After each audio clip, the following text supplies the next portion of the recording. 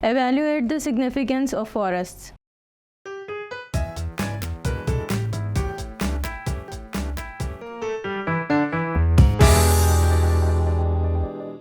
Assalamu alaikum students, I welcome you all on the platform of Digital Academic provided by Moonlight International Publishers.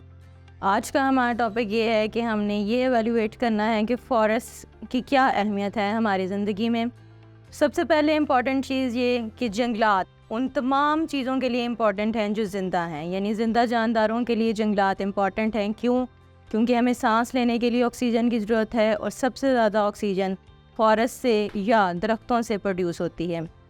इसके अलावा different insects, different animals, जितनी living things हैं जिनमें इंसान भी शामिल है, उनके लिए जंगलात की बहुत अहमियत है। किस तरह इम्पॉर्टेंट हैं, किस तरह सिग्निफिकेंस इसकी हम देखेंगे। सबसे पहले ये कि जंगलात forest and biodiversity, than prevention of soil erosion और उसके बाद क्लाइमेटिक चेंज मिटिगेशन।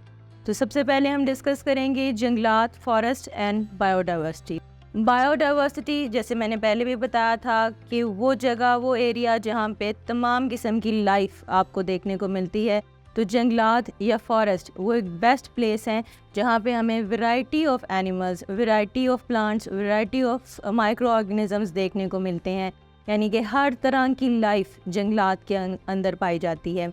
इसलिए कह सकते हैं कि बायोडाइवर्सिटी जंगलात से एसोसिएट है। पहले जब हमने जंगलात की टाइप्स पढ़ी, उसमें हमने रेन फॉरेस्ट डिस्कस किया, उसमें हमने उसकी करैक्टरिस्टिक्स में ये चीज़ डिस्कस की कि रेन फॉरेस्ट दुनिया के वो जंगलात हैं जहाँ पे हर तरह की वैरायटी ऑफ एनिमल्स, प्लांट्स और इंसेक्ट्स वगैरह मौजूद हैं।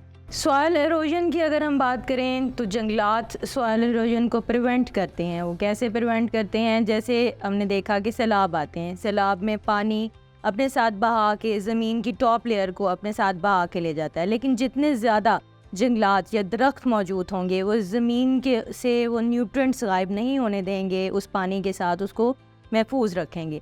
इसके अलावा जितना एक्सेस वाटर होता है, ये जंगलात या पौधे जितने ज़्यादा होंगे ये अपने अंदर उस पानी को एब्जॉर्ब कर लेंगे, उसको इस्तेमाल में लेके आएंगे, फूड प्रोसेसिंग यानी फोटोसिंथेसिस के प्रोसेस में इस्तेमाल करेंगे। इसके अलावा ज़मीन की फर्टिलिटी के लिए बहुत इंपॉर्टेंट है। अंडरग्राउंड ज़मीन के नीचे जो पानी के ज़खायर मौजूद हैं उसको मेंटेन करने के लिए जंगलात, यानी उस पानी को ज़ाया नहीं होने देते, वो ज़मीन के नीचे चला जाता है पानी थ्रू इन ट्रीज़ और प्लांट के, और वो जो ज़खायर हैं अंडरग्राउंड वो मेंटेन रहते हैं।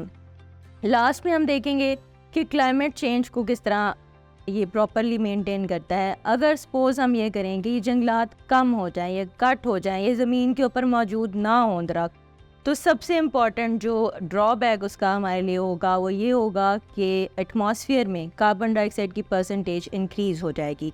क्योंकि पौधे फोटोसिंथेसिस यानी खुराक बनाने का जो काम करते हैं, उसमें हवा की कार्बन डाइऑक्साइड को जो हमारे से यानी जानदारों से, इंसानों से और जानवरों से हवा में शामिल हो रही है सांस लेने के अमल में, उसको इस्तेमाल कर लेते हैं।